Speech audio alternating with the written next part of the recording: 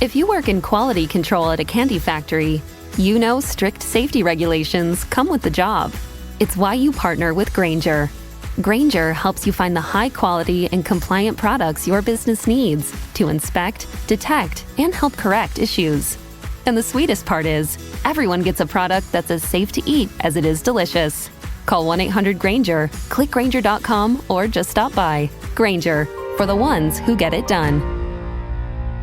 How to have fun anytime, anywhere. Step 1. Go to ChumbaCasino.com. ChumbaCasino.com. Got it. Step 2. Collect your welcome bonus. Come to Papa welcome bonus. Step 3. Play hundreds of casino-style games for free. That's a lot of games. All for free? Step 4. Unleash your excitement. Woohoo! Chumba Casino has been delivering thrills for over a decade. So claim your free welcome bonus now and live the Chumba life. Visit ChumbaCasino.com. No purchase necessary. VGW Group. Void where prohibited by law. 21 plus. Terms and conditions apply. Thank you for being an incredible supporter of the 10X Podcast Group, the home of the skillful art of manipulation. We're thrilled to have you as part of our growing community. If you haven't already, we'd love for you to follow us on your favorite podcast platform. Your likes and comments mean the world to us and help us reach a wider audience with our stories. Plus, with new episodes released every day, your feedback plays a vital role in shaping what we create. It truly makes a difference. Your loyalty and enthusiasm fuel our passion for crafting gripping tales, and we're so grateful for your support. Today, we're excited to present The Identity Surgeon, a story that promises to keep you on the edge of your seat. Let's dive into this thrilling narrative together. Chapter 1. The Price of a Face. The first rule of my practice: no questions. People walk into my clinic looking like ghosts of themselves, desperate, panicked, their entire existence hanging by a thread. Some arrive alone, trembling under the weight of their past sins. Others have handlers, silent men with gun-shaped bulges under their jackets, watching my every move like I might slit their boss's throat mid-procedure. They don't know that I don't need a scalpel for that. A well-placed word, the right suggestion, and I can make a man destroy himself. I've seen it happen. Hell, I've orchestrated it. The world outside thinks of plastic surgery as vanity's playground. Nose jobs for aging actresses, lipo for middle-aged men trying to keep their mistresses interested. But what I do, what I offer, it's something much darker. A reset button for the damned. I don't deal with the petty or the privileged. My clients are the ones with everything to lose and no other way out. The untouchables. People who need to vanish before the world catches up with them. Cartel bosses who pissed off the wrong rival. Former intelligence agents burned by their own country. High-stakes criminals looking for a second chance at deception. I take their tired, hunted faces and sculpt them into something unrecognizable. New bone structure. New skin. New life. I've made kings out of nobodies. Buried the pasts of monsters. Created walking, breathing ghosts. And in return, I get silence. They don't talk about me, and I don't ask about them. But every now and then, a client walks in who shifts the air, who disrupts the delicate balance of the world I've built. She entered without knocking. A woman like that. I should have seen her coming. A threat that announces itself so boldly isn't one to be ignored. No disguise, no hesitation. She strolled into my office like she belonged there, like she owned the very ground I stood on. Everything about her screamed control. Her platinum blonde hair, slicked back so tight it might as well have been glued to her skull. Her high cheekbones, chiseled and shadowed like they were carved from ice. But it was her eyes that got me. Two empty wells, like glass marbles with nothing behind them. I'd seen the dead-eyed stares of killers, but hers? Hers were different. Hers didn't need a blade or a bullet to do damage. She reached into her sleek black coat and pulled out a single photograph, setting it on my desk with slow, deliberate fingers. I didn't touch it right away. I knew better than to react. She wanted something from me, and I wanted to know how much it would cost her. Then I looked down. My own face stared back at me. Perfectly captured, high resolution, down to the faint scar on my right eyebrow. The one I got in med school after a bar fight I barely remember. The lighting was too good for it to be some stolen security footage. This was recent. Personal. Someone had been watching me, getting close enough to see the details that no one else noticed. I leaned back in my chair, fingers steepling under my chin, the slow pulse of suspicion thick in my chest. I don't do doppelgangers for people who are still alive. Her lips curled at the edges, the shadow of a smile, but there was no warmth to it. Then consider yourself dead. She said it with the kind of certainty that made my stomach tighten, like she wasn't making a threat, just stating a fact. Like my death had already been arranged, scheduled, and I was the only one who hadn't gotten the memo. I exhaled slowly. I'd dealt with psychopaths before. Men who would slit a throat before they finished a sentence. Women who could smile while they poisoned a man in broad daylight. But this was different. She wasn't just another client. She was something else entirely. And if I wasn't careful, she'd be my last. Chapter 2. A Face Worth Killing For. The weight of her words settled over me like a slow choking fog. Then consider yourself dead. I'd been threatened before. It came with the job. People in my line of work weren't exactly friendly. I dealt with the desperate, the dangerous, the ones who didn't give a damn about rules or ethics or anyone's life but their own. I'd had a cartel enforcer break 3 of my fingers because his boss wanted a refund. I'd been choked half unconscious by a former intelligence operative who changed his mind mid-procedure and thought killing me would undo the work. I had even watched a client walk into my office one day, pay me a fortune for a new face, then return a week later with a bullet in the forehead. His unfinished transformation a grotesque reminder that some ghosts refused to stay buried. But this woman? She wasn't making a threat. She was making a statement. I studied her, my mind already peeling back layers, searching for weaknesses. Everyone had them. A tell, a nervous tick, something that would let me know where to push, how to turn the tables. But she just stood there, still as a statue, completely unbothered. Like she had all the time in the world, and I was just another pawn she was moving across the board. I forced myself to stay relaxed, reaching for my whiskey glass as if this was just another Tuesday. I took a slow sip, letting the burn of alcohol slide down my throat before speaking. People usually pay me to make them disappear, not to become me. Her expression didn't change. I'm not people. She slid into the chair across from me, crossing one leg over the other in a slow, elegant motion. Everything about her screamed control, tight, surgical control, the kind that didn't break easily. I leaned back, pretending her presence didn't set every nerve in my body on edge. You came all this way to steal my face. She tilted her head slightly, as if considering the question. I came all this way to take something valuable. It just so happens that it's attached to your skull. Charming. I set my glass down and tapped a finger on my desk, the rhythmic sound the only thing filling the silence between us. I don't take custom requests. If you want someone who looks like me, find a cheaper surgeon and a good makeup artist. You're misunderstanding the situation, doctor. Her voice was smooth, effortless, like she'd rehearsed this conversation 100 times in her head. I don't want someone who looks like you. I want you. A slow, icy drip of realization slid down my spine. She wasn't here for a surgery. She wasn't here to bargain or negotiate. She was here because, for whatever reason, I was the one being replaced. I let that thought sink in, let it coil around my brain like a slow-spreading poison. That's a hell of an offer, I said, my voice deliberately casual. But I happen to like my face right where it is. That's unfortunate. She sighed, as if genuinely disappointed. It would have been easier if you were cooperative. Her fingers traced the armrest of the chair, lazy and deliberate. A silent warning. I had 2 choices. I could try to talk my way out of this, stall, manipulate, figure out what she wanted and how to use it against her. Or I could act first, take control before she did. The problem? She already had control. I wasn't in charge of this conversation. I was reacting, which meant I was already losing. I had to change that. Fast. I pushed away from my desk, exhaling like I was considering her words. Tell me something, I said, rising to my feet. What do you actually know about me? She didn't blink. Enough. Enough to kill me? I raised a brow. Because if you're planning on replacing me, you should know that I'm not just a surgeon. I took a slow step around my desk. I have other skills. Her lips quirked, the smallest hint of amusement. Is that a warning? I smirked. It's a friendly heads-up. A bluff, mostly. But I needed her to hesitate, even for a second. Because I knew something she didn't. She wasn't alone. I hadn't seen them at first, but I had felt them. The faint shift of air behind the one-way mirror, the barely there vibration of footsteps in my hallway. She had backup, waiting for her cue. Professionals, by the sound of it, no sloppy movement, no unnecessary noise. I was being played, boxed in. But I had one advantage. This was my clinic. I knew every inch of this building. The panic button under my desk, the scalpel hidden inside my sleeve, the security feed running in the background that told me exactly where her men were stationed.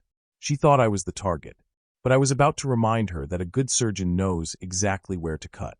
I let the tension hang between us for a second longer, then reached for the bottle of whiskey on my desk.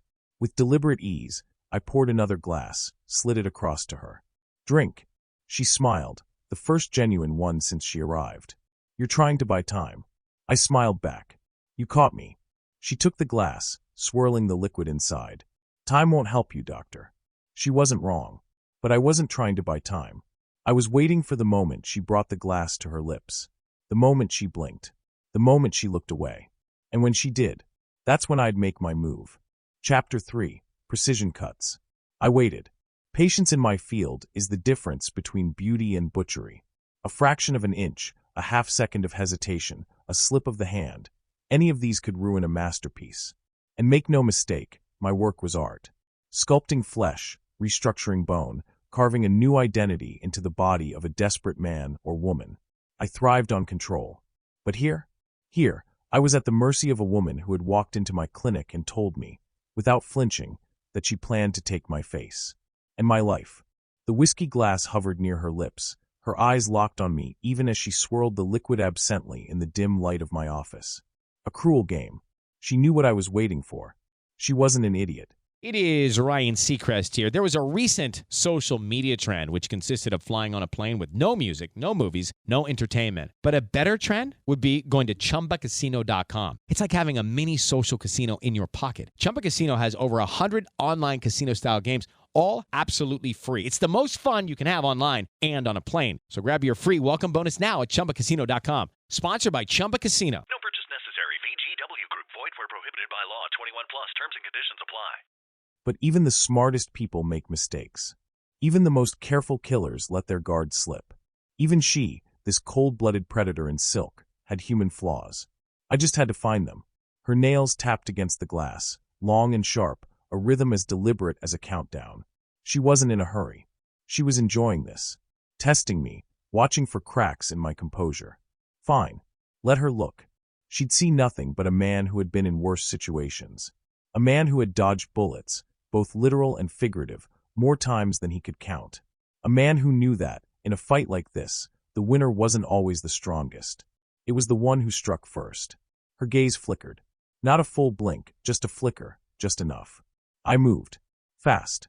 I lunged across the desk, knocking the whiskey glass from her hand, sending amber liquid splashing across the mahogany surface. Her chair tipped slightly back as she tensed, but I wasn't aiming for her. I was aiming for the scalpel I had taped to the underside of my desk. A precaution. Always. My fingers wrapped around the handle, and in one smooth motion, I wrenched it free and slashed upward. She was fast. Too fast. She jerked back just enough to avoid the blade slicing her throat, but not enough to escape unscathed. A thin red line bloomed across her cheek, sharp as a painter's stroke. Her head snapped to the side with the force of the near miss, and for the first time since she entered my office, I saw real emotion in her eyes. Surprise. Just for a second. Then the mask slid back into place. She licked the blood from her lip where a drop had splattered. Then, calmly, without flinching, she reached into her coat. I dove sideways. The moment I saw her fingers move, I knew what she was reaching for. Gun. Knife? Didn't matter. If I let her pull it, I was dead. I threw myself toward the floor, knocking over my chair in the process. Wood splintered as a bullet punched through it. Not a silencer shot, not suppressed. Loud. Deliberate. She didn't care who heard. I rolled, keeping low, my mind already mapping the room. I knew every inch of this office, every angle, every piece of furniture. The second shot shattered a glass cabinet to my left, shards raining down, catching the light. She was still by the desk. Good. I had the advantage now, because she was used to hunting prey. And I wasn't prey. I yanked open a lower drawer, grabbing a surgical clamp. Not a weapon in the traditional sense, but enough of a distraction. Then I launched it at her face. A cheap trick, but effective. She flinched, and that was all I needed. I surged forward, gripping her wrist before she could fire again. The gun went off between us, deafening at close range. The bullet went wide, embedding into the floor. I twisted her arm, forcing the weapon down, and drove my knee into her gut. She grunted, but barely. Tough. Fine. So was I.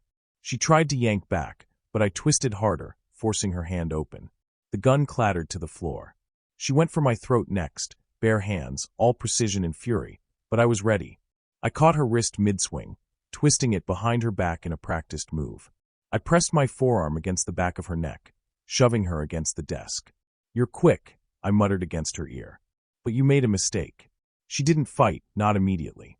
Just breathed slowly, controlled. Calculating. Then she laughed.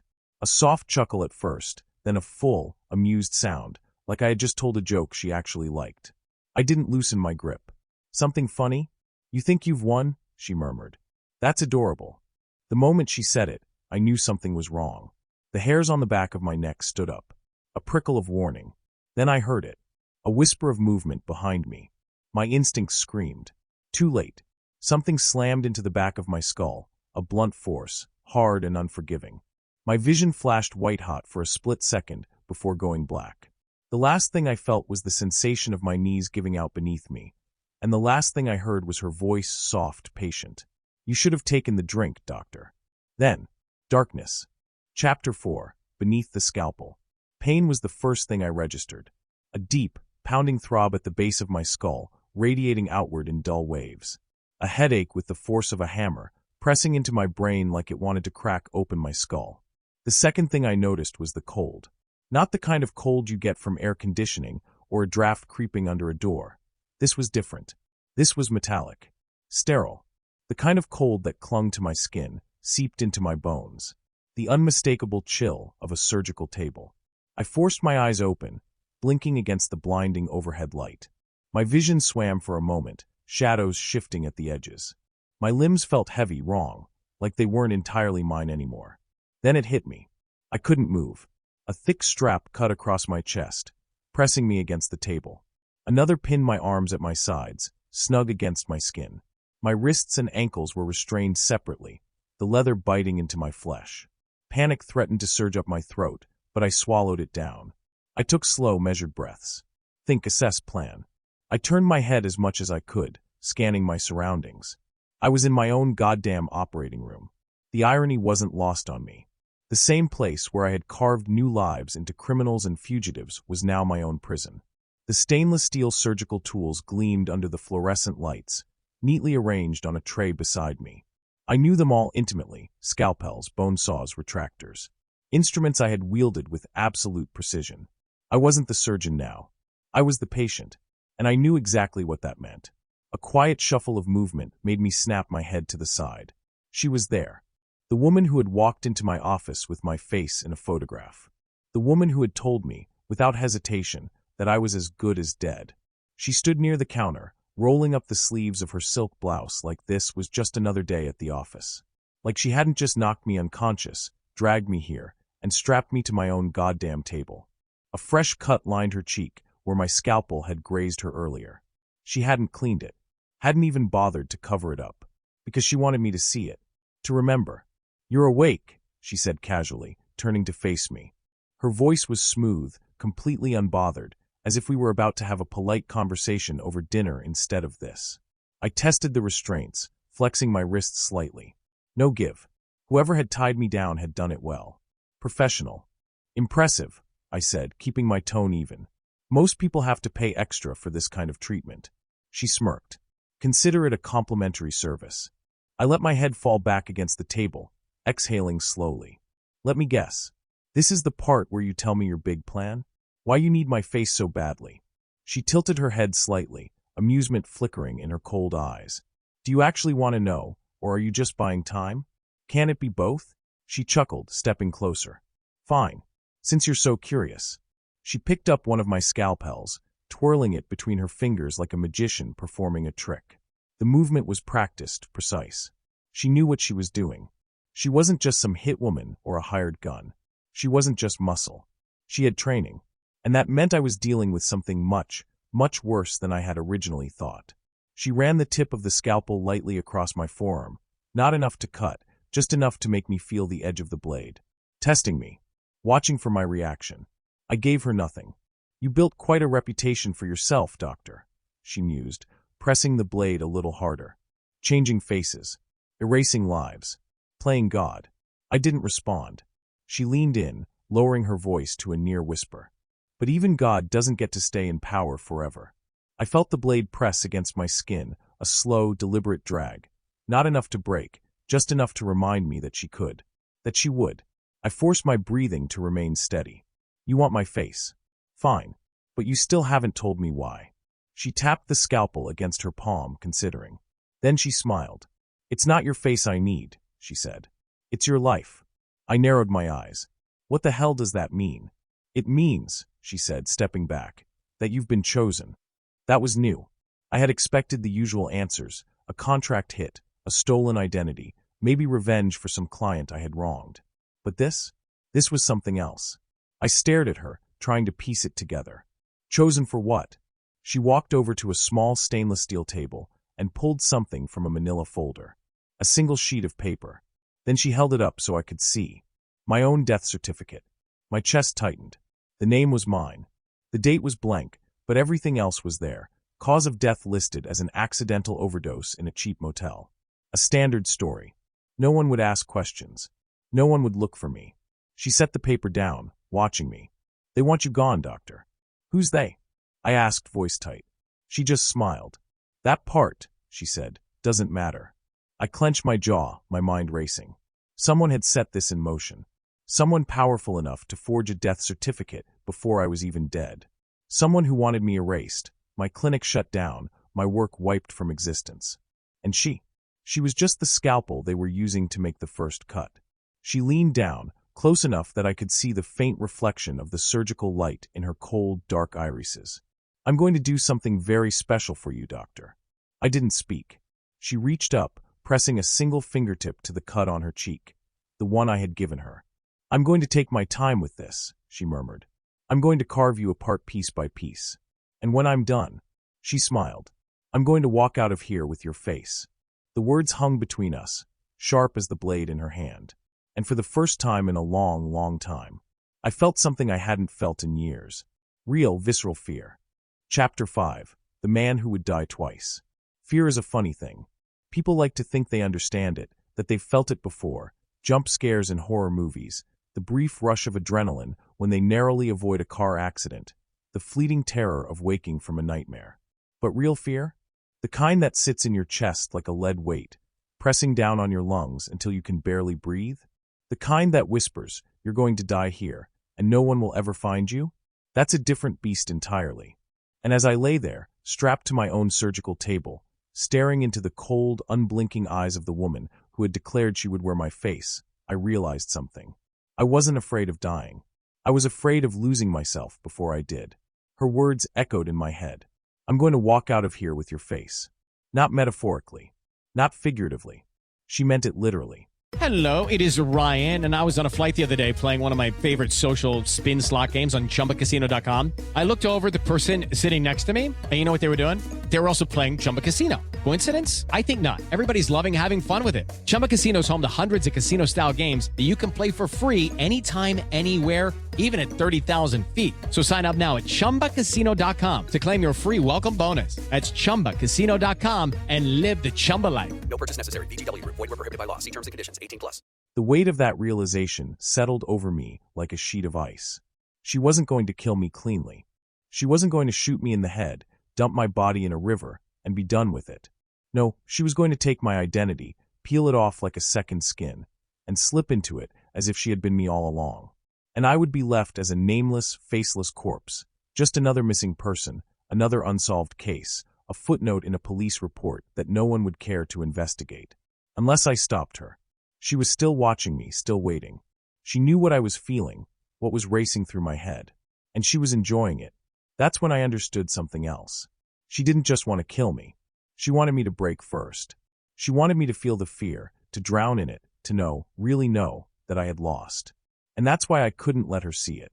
So I forced myself to breathe. I forced my pulse to slow, my muscles to relax. I met her gaze, and I did the hardest thing I had ever done in my life. I smiled. A slow, deliberate, fuck you kind of smile. Her expression didn't change. But something flickered in her eyes. A shift. Not much, just the faintest twitch, the subtlest crease of her brow. But it was enough. She hadn't expected that. Good. Because if I was going to get out of this alive, I needed every advantage I could get. She turned away, setting the scalpel down with a quiet click on the stainless steel tray beside me. "You're an interesting one, Doctor," she murmured, almost to herself. "Most people in your position would be begging by now." I let my smirk widen. Most people don't know what they're doing with a scalpel. She glanced back at me, curiosity flickering across her face. "And you do?" I chuckled, the sound low, controlled. "I don't just change faces, sweetheart. I build them." I shifted slightly in my restraints, enough to make it look effortless. "I know every nerve, every muscle, every hidden flaw under the skin. You think you're just going to cut and paste? You think you can make yourself me? You don't have the skill." I was bluffing. Not about my knowledge. That was real. I knew more about the human face than anyone else on this goddamn planet. But I had no leverage, no weapons, nothing but my words. So I had to use them like scalpels. She considered me for a moment. Then she picked up a different tool, a pair of surgical forceps, and ran a finger along the length of the metal. "You think I need to be a surgeon?" she asked, tilting her head. "You think I'm here to do this myself?" Something in my stomach clenched. She smiled then. "Oh, Doctor, you've been looking at this all wrong." She reached down, grabbing the manila folder she had pulled out earlier, the one with my death certificate inside. But this time, she took out a second document. She turned it around so I could see. I felt the air leave my lungs. It was a medical authorization form. My signature was at the bottom. My real, actual signature. And above it, the typed-out order. Full facial reconstruction. Subject, Dr. Nathaniel Grayson. I stared. My mind spun, scrambled, tried to make sense of it. That wasn't possible. I hadn't signed that. I hadn't. Had I? Something cold curled in my gut. I thought back. Every contract I had ever signed, every patient consent form, every document I had absent-mindedly scrawled my name on over the years. How many times had I signed papers without reading the fine print? Had they gotten to me before this? Had they made me approve my own death, without even realizing it? I looked back up at her, my pulse thudding like a war drum in my ears. "Who forged that?" She raised a brow. "Forged?" She chuckled. "Oh, Doctor, that's your handwriting." The room felt smaller. Tighter. I forced myself to keep my breathing steady. "You still need me alive," I said, grasping at logic, at reason. "Even if you have my signature, you still need." She cut me off with a slow shake of her head. "No, Nathaniel." Hearing my name in her mouth made my skin crawl. She reached into the folder again and pulled out something else. A photo. She dropped it onto my chest. I stared down at it. It was me. Or at least it should have been. But the man in the photo, the man with my face, was sitting in a restaurant, drinking a glass of wine, laughing at something across the table. He looked real. He looked natural. And he was already out there. Living my life. My stomach turned to ice. "How?" I whispered. She stepped closer, leaning down. "You were never the only one, Doctor." Her voice was soft, almost kind. And that was the moment I knew. This wasn't just a job. This wasn't just one person stealing one face. This was bigger. This was something else entirely. And I was just the latest cut. The latest piece of flesh they were about to discard. Unless I found a way to turn the scalpel back on them. Chapter 6. The Man Who Shouldn't Exist. The photograph on my chest felt heavier than the restraints pinning me to the table. I couldn't stop staring at it. At him. A man with my face. My features. My goddamn expressions. He wasn't some botched, plastic imitation. He wasn't some uncanny valley knockoff with stretched skin and dead eyes. He was me. Laughing. Drinking. Living. And if I hadn't woken up strapped to this table, staring at my own forged death certificate, I might have believed this was just a random doppelganger.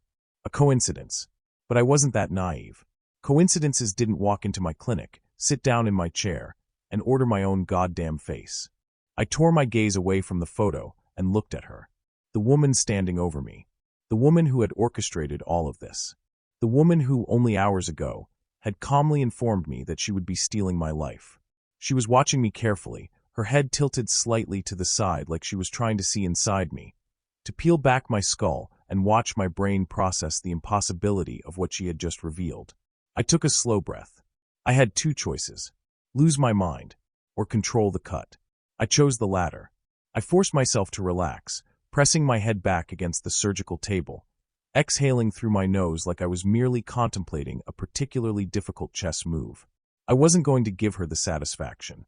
If she was waiting for me to scream, she'd be disappointed. Impressive, I said, my voice steady. Really? I'll admit, I didn't see this coming. She arched a brow, amused. Didn't you? I gave her a lazy smile. Oh, I knew something was off the second you walked into my office. But this? I gestured toward the photo on my chest, as much as the restraints would allow. A full replacement? That's some next-level shit.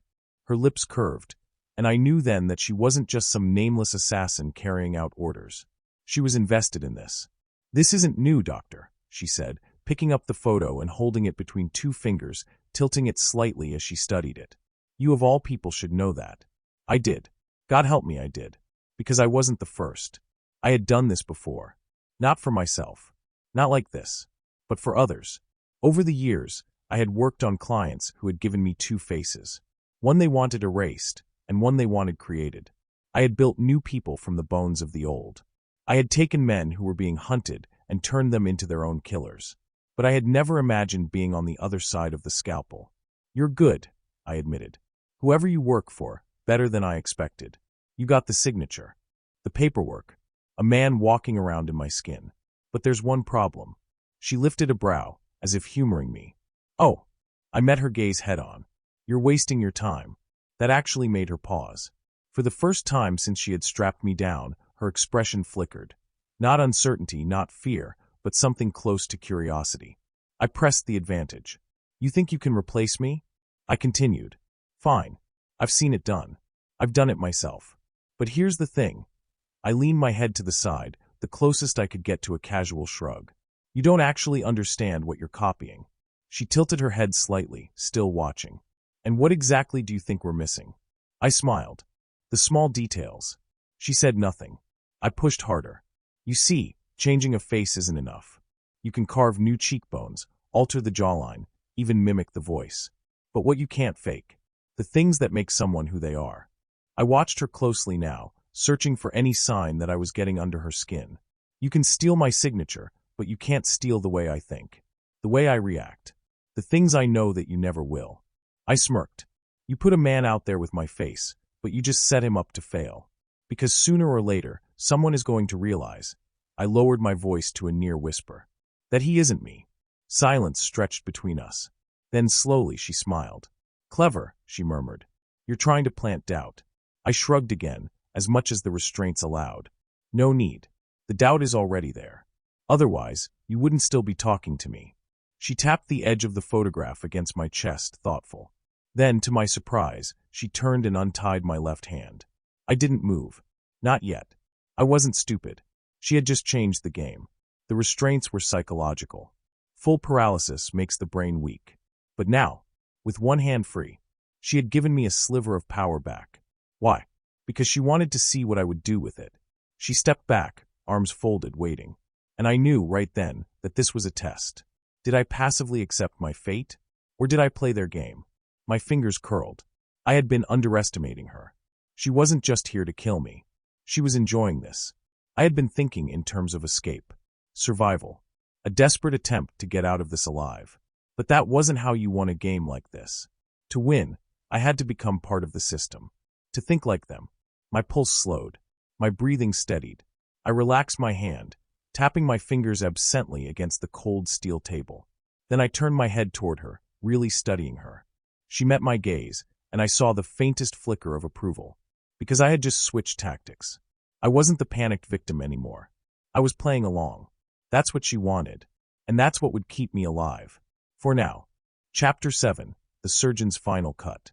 I flexed my free hand slowly, feeling the weight of it, the rush of blood through my fingertips. The contrast was stark, one hand still strapped down, the other suddenly liberated. She was watching me, waiting. I knew what this was. A test. A game. She wanted to see what I would do now that I had a sliver of freedom. Would I attack? Would I beg? Would I make a desperate, foolish attempt to escape? But I wasn't desperate. Not yet. I curled my fingers into a fist, then relaxed them again. I needed to play this carefully.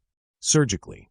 She had underestimated me before, had assumed I'd break the moment she showed me my own death certificate, the man walking around in my skin, the paper trail that already declared me legally dead. But she had made a mistake, a subtle one, buried beneath all her control and precision. She had let me see too much. People like her? They think fear is a scalpel, a delicate instrument that can carve obedience out of flesh. But fear is also a mirror. It reflects, distorts, shows you things you never meant to reveal. And she had revealed plenty. For one, she wasn't working alone. There was an organization behind this. A large one. Powerful. No simple crime syndicate could pull off identity replacement on this scale. This wasn't about killing one man. It was about erasing and replacing him without the world noticing. Second, she wasn't in charge. She was important, yes. High up the chain, maybe even the one orchestrating this particular operation. But there was someone above her, pulling the strings, and that meant she had limitations. And third, she enjoyed this too much. I had seen killers before, real ones, the kind who didn't hesitate, who didn't draw things out unnecessarily. The truly dangerous ones didn't gloat. They didn't play with their food. They got it done. But her? She liked the game. She needed me to participate. And that meant I had leverage. I took a slow breath, tapping my fingers against the cold steel of the surgical table. You know, I said casually, I was thinking about something. She raised an eyebrow, amused. Were you? I nodded. Yeah. This whole operation, it's impressive. The fake paperwork, the duplicate, the fact that someone's already out there pretending to be me. I tilted my head slightly, watching her reaction. But I can't help but wonder. I let the sentence trail off. Her gaze sharpened. Wonder what? I smiled faintly. If you got it right. That made her pause. She hadn't been expecting that. I could see the flicker of calculation in her expression, the brief second where she considered what I meant. You seem very confident in your own uniqueness, she mused, crossing her arms. But the truth is, Doctor, people aren't that complicated. They think they are. They think they're special. But with the right data, the right training, anyone can be replaced. I chuckled. You actually believe that? She smiled. I know it. I shook my head. No. See, that's where you're wrong. I met her gaze, unblinking. Because even if your duplicate looks like me, talks like me, moves like me, he's still not me. Silence. Then she sighed, almost indulgently, like she was dealing with a stubborn child. You're stalling, she said. Maybe. I shrugged. Or maybe I'm right. She studied me for a long moment, then, without warning, she reached behind her and pulled a small remote from her pocket. I went still. She pressed a button, and suddenly, a flat-screen monitor on the far wall flickered to life. A live feed. At first, I didn't know what I was looking at. Then my breath caught in my throat. It was him, the man wearing my face, sitting in my office, drinking from my whiskey glass, living my goddamn life. I felt a cold, twisting rage coil deep inside me. He was comfortable, settled, like he had been doing this for years, like he belonged. She watched my reaction closely. Still so sure he's not you? I swallowed the fire in my chest, forcing my expression into something unreadable. You really think he's fooling everyone? He already has, she said smoothly. No one suspects a thing. I stared at the screen at him. Then I noticed something. A detail. A tiny, critical mistake. It was in the way he held his glass. I'm a surgeon. I use my hands for everything. And when I drink, I hold my glass a very specific way. Thumb here, index finger slightly curved, resting against the rim. It's a subconscious habit, something I don't even think about. But him? His grip was off. Slight. But wrong. And if I could see it, someone else would too. A crack. A weakness. I turned back to her, careful to keep my face neutral. You're right, I said finally. She raised an eyebrow. About. I exhaled. People aren't special. I gave her a wry smile. I'm just a face. A name. You win. Her expression didn't change, but I could tell she was pleased. Smart choice, she murmured. It'll make things easier for you. I nodded slowly. Yeah. Then I moved. Fast. I wasn't aiming for her. Not directly. I flung my free hand toward the tray beside me, knocking over the scalpel she had so carelessly left there. The blade clattered to the ground. She barely reacted, because she didn't realize what I was really after. I grabbed the bone saw. The second my fingers wrapped around the handle, I yanked. She moved, but not fast enough. I swung with everything I had, slashing the sharp edge of the saw across her forearm. She hissed, a sharp intake of breath, but I wasn't done. I twisted, flipping my body hard, ripping my other arm free from the restraint. The leather burned against my skin, but I ignored it. She reached for her gun. I grabbed her wrist before she could aim. She grunted, trying to twist out of my grip, but I used my weight to slam her into the tray of instruments. Metal clattered to the floor. Then, bang, a gunshot rang out. I felt the heat of it graze my side, the pain immediate but distant. I ignored it. I wrenched the gun from her hand, twisting it. She cried out, staggering back. I didn't hesitate. I leveled the gun at her, breathing hard, sweat dripping down my face, blood pooling on the floor between us. She stared at me, chest heaving. Then she smiled. Actually smiled. "You don't get it," she whispered. I gritted my teeth. "Enlighten me." She licked her lips, voice low. "You can't kill me." I didn't blink. "Why not?" Her smile widened. "Because," she whispered, "I'm already wearing a face that isn't mine." I pulled the trigger, and the bullet tore straight through someone else's identity. The end. How to have fun anytime, anywhere. Step 1. Go to ChumbaCasino.com. ChumbaCasino.com. Got it. Step 2. Collect your welcome bonus. Come to Papa welcome bonus. Step 3. Play hundreds of casino-style games for free. That's a lot of games. All for free? Step 4. Unleash your excitement. Chumba Casino has been delivering thrills for over a decade. So claim your free welcome bonus now and live the Chumba life. Visit ChumbaCasino.com.